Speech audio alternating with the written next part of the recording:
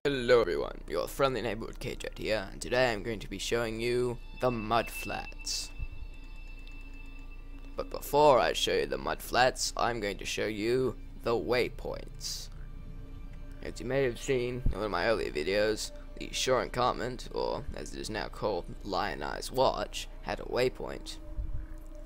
If I was to use this magical waypoint and teleport to Lionized Watch, it would look a little something like this.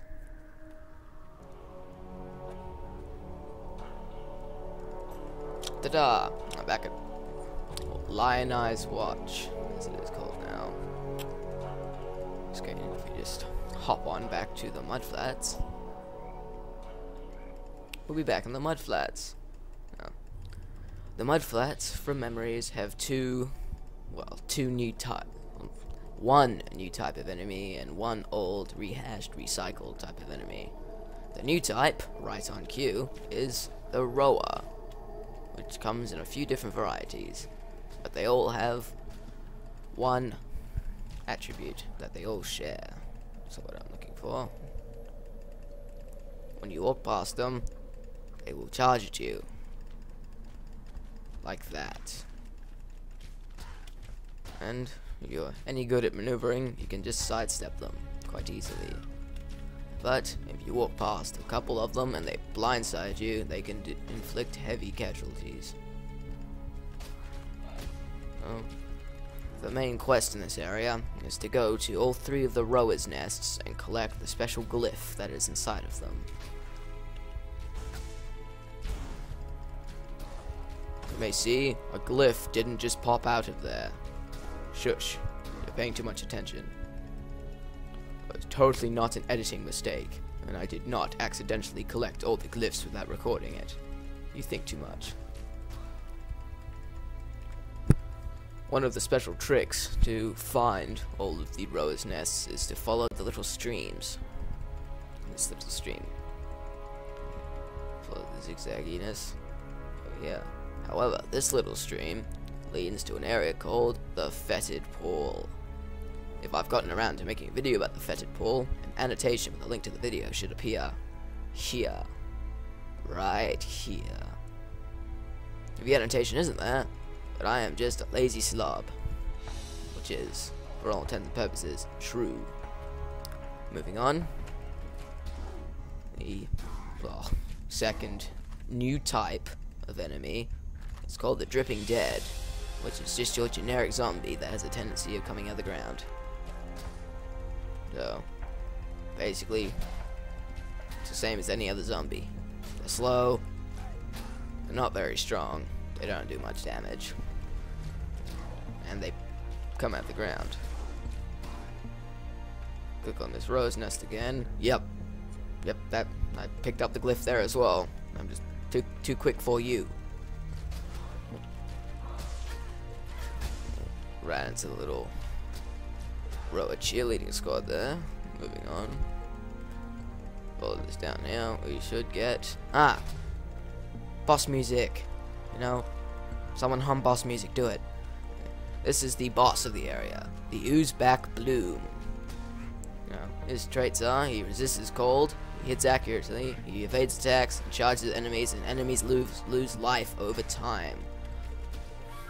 The thing that makes this guy really strong is if you're a melee character and don't have much health or armor, he will absolutely shred you.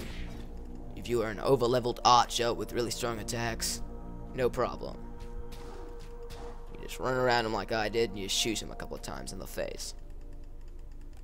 And like most bosses, he drops plain items, magic items, and sometimes drops rare items. I wasn't lucky enough to get a rare item that time, unfortunately, but, well, shit happens. Moving back along, if we travel over here, we should walk into a glyph sometime soon, maybe. Yeah, here we go.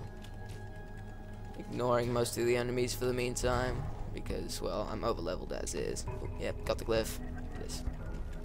Magic hands, man, magic hands. Away from these things. Uh-oh. Now, you need to go now is you go over to about the top right of the area, and you should see a glyph wall. Now, since I'm a blithering buffoon and I cocked up, the glyph wall is already activated. What would happen if you activated the glyph wall would be something like this.